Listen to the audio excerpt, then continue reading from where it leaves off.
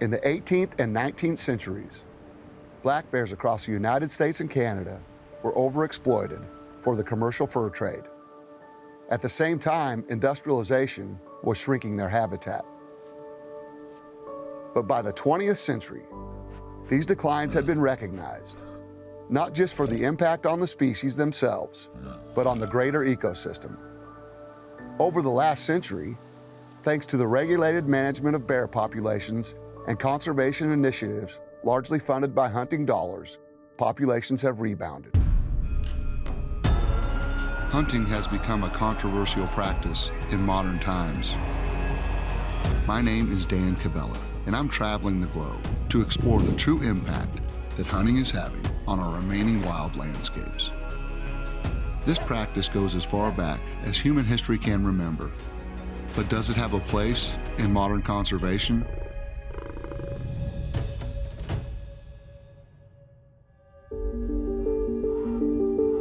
Vancouver Island is renowned for its large coastal black bears and is the perfect location to learn more about the species, their habitat, and their cultural importance to the people.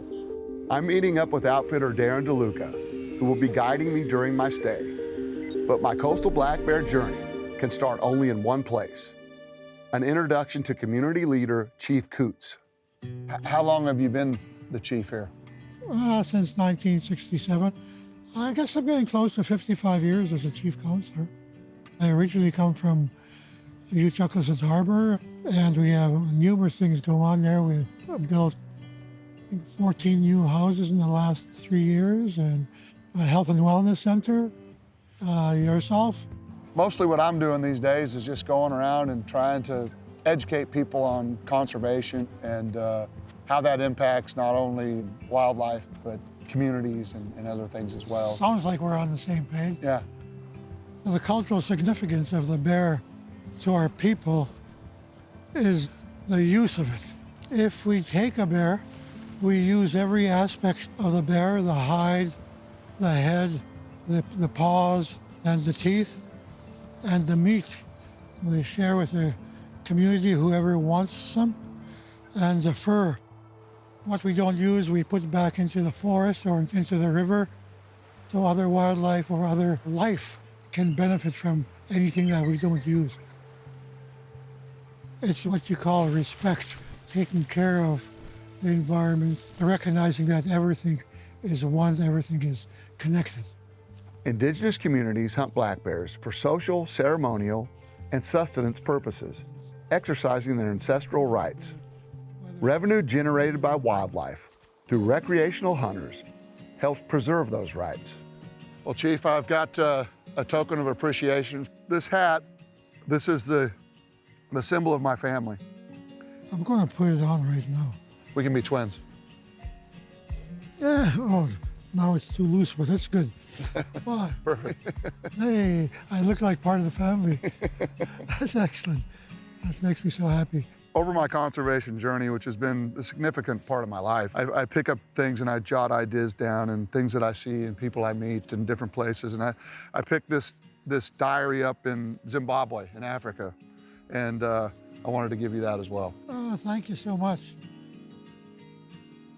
I like the paper. It was a pleasure to meet you, and you've shared some thoughts with me that I'll hold dear to my heart for quite some time. Thank you. Thank you so much. Before we head out along the coastline to look for bears, Darren takes me to a local wildlife rehabilitation center. It's a chance for me to see some of the local inhabitants up close. Howdy. Hi, you must be Derek. Dan, is that it? Yeah. Beauty, yes. Nice to meet you. Nice to meet you. Yeah.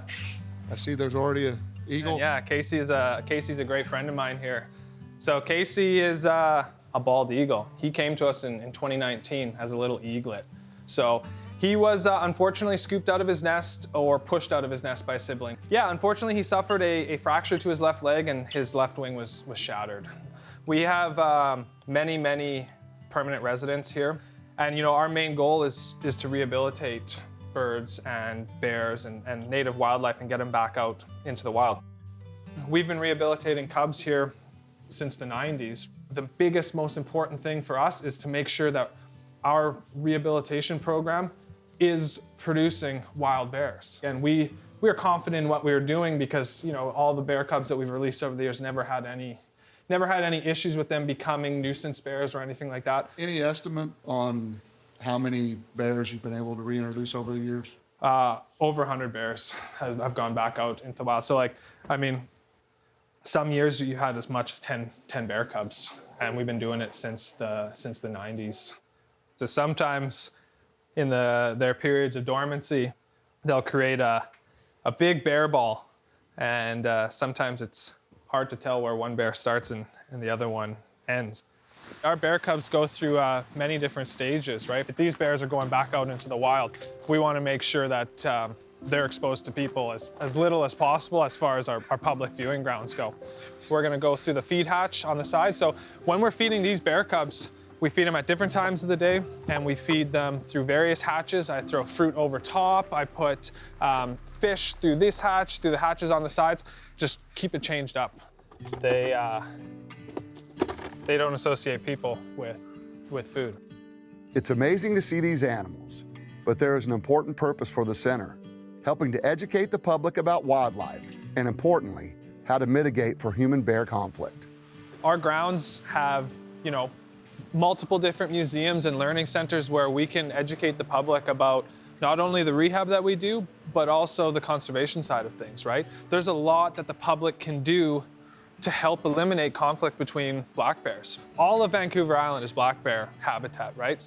So being able to educate the public about, you know, really simple things that make a huge difference. You know, you might sound like a broken record when you hear it, but garbage is the #1 attractant for bears.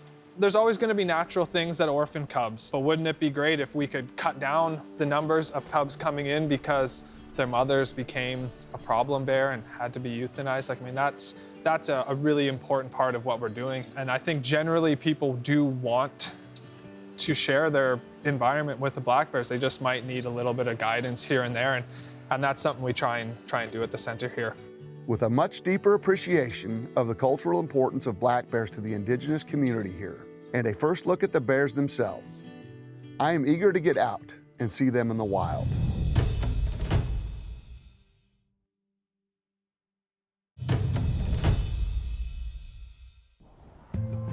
With more than 40 years of experience hunting bear, Darren has an intimate knowledge of the area. He wanted to show me the coastline, and if the right opportunity presents itself, I may have the chance to hunt in this incredible landscape. But we're going to be trying to get onto estuaries. It's going to be a little bit weather sensitive, primarily related to wind. We don't mind fighting the rain, but the wind can turn quite dangerous when you're offshore. We're on the west side of Vancouver Island, loading up the boat, getting ready to launch it, and hopefully soon we'll be looking for some bears.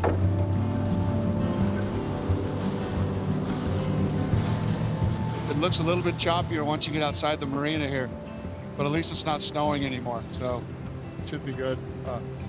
I'm not a big lover of small boats in cold water, especially rough water, but we'll make it work.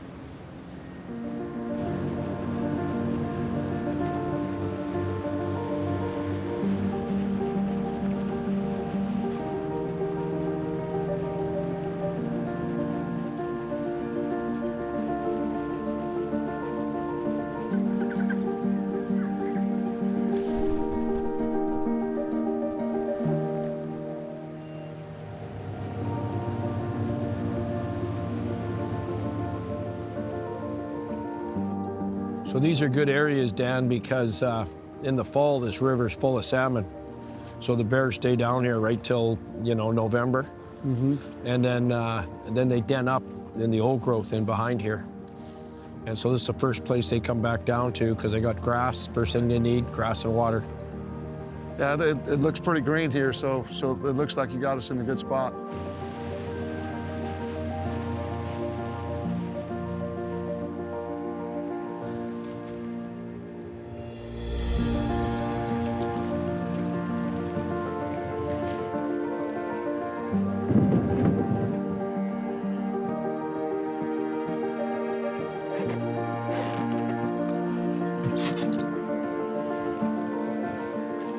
Just gonna grab my gun.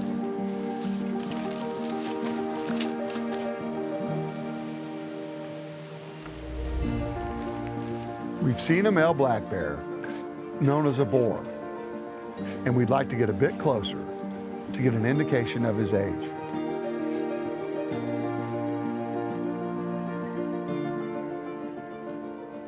He's gone. Huh? So, saw a bear, that's good. Cool. Yeah, he was probably Broke the ice. 4.5, 5 foot, young boar. You could see the way, but he hung here with us a little bit, kind of indicates he's a little young. Lots of hair. A bigger boar would have one look. The bears on Vancouver Island, they're kind of a remnant population from the Ice Age. They existed here because there was no ice here as a refuge. And so they've been here for 10,000 years or more. The black bears on the continental North America, they've moved up from Mexico, and you can see quite a difference in their bone structure. The bears here have a shorter nose and a broader head than what you see in North America on the mainland. Here on the island, they're all black, no blonde, no brown. So it is a very distinct subspecies of black bear. A lot of fish here, a lot of berries. There's always something for them to eat. Two big changes when the industrial logging started, 50s, 60s, early 70s, it opened up a lot of habitat, and I think the population really spiked. The other big change is how many more people are in the backcountry. Now it's probably a little less than it was in, say, the 80s, but it's quite stable.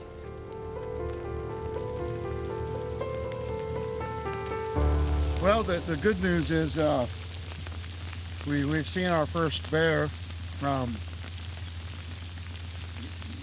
a younger bear, but a male, a boar. But as you can see, we've got some pretty interesting weather happening here. We're kind of sitting under some big trees here because it's actually hailing at the moment, or it's most likely sleet. But yeah, it's definitely been an adventurous afternoon, to say the least.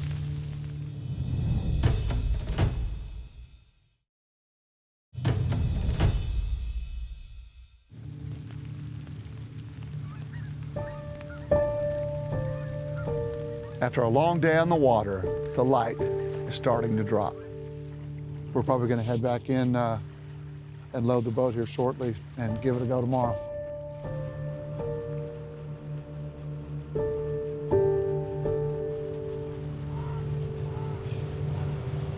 So we've had some improved weather conditions. We've been kind of battling the weather, and we're having to stay kind of close due to the weather systems that we're pushing through.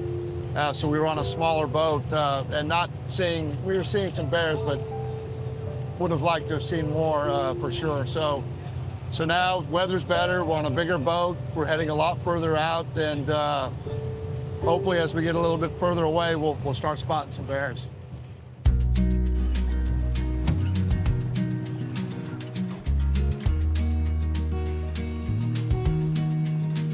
Local knowledge is crucial, and Darren is proving that here. We find a big black bear boar soon after arriving at our new location.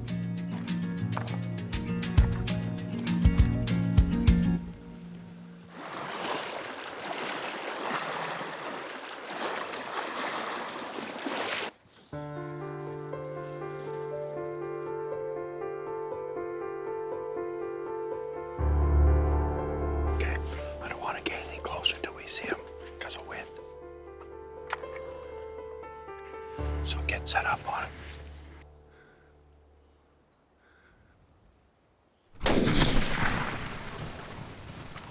I didn't see him fall. I just saw him. He kind of ran off a little bit. Yeah, I saw him. He He looked like it hit hard, though. I think so, yeah.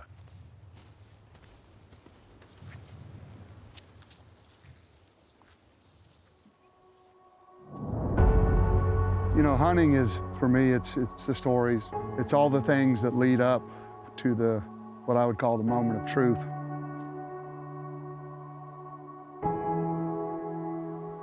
The harvest is a very important part, but I would say, to me, it's all the things that lead up to the harvest that really make it meaningful.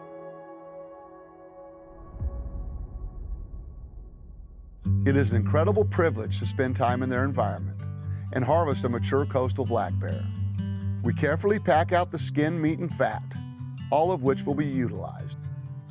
With a successful harvest behind me, I wanted to revisit the cultural importance of black bears Chief Cootes has told me about. Hi, Gail. I seek out a cultural healer, Gail Gus, to tell me more about how bear products are used. Dan's here on a hunting trip, and he's had a successful trip, and Awesome. we brought you a little gift. Oh, nice. This is some bear fat from Dan's bear that we harvested last night. Oh, I can do a lot of things with this. Do you want me to show you a bit about my culture? Yeah, Darren says you're an expert on this, so I'm here to learn. Black bear, I know, are part of your everyday life, and I understand that you do some things with the utilization of parts of the black bear, and I'm hoping that you can kind of explain to me what some of these jars have in them and what purpose they serve. Sure. With the bear that you've gotten, this is our fat that's been rendered. Lots of our plants and animals and medicines are never just by itself. It can be used by itself, but lots of times it's used with other things like Devil's Club. People will ask me for things for fibromyalgia, for arthritis, and for muscle aches and pains and stuff. Like, you're really utilizing the resource. I mean, you're using the fat, the claws, every part of it, but I'm assuming you guys consume the regular meat as well. All of the meat that we can consume is basically roasts, and big roasts, and it tastes absolutely amazing, and it makes the most beautiful dark gravy. And there is an important part of getting all of this, and how important it is to only take what you need. It's like, you can't eat more than one bear a spring, so that's all you should get. You have to keep things in balance. If you don't, it will wipe the rest out, and there will be an imbalance.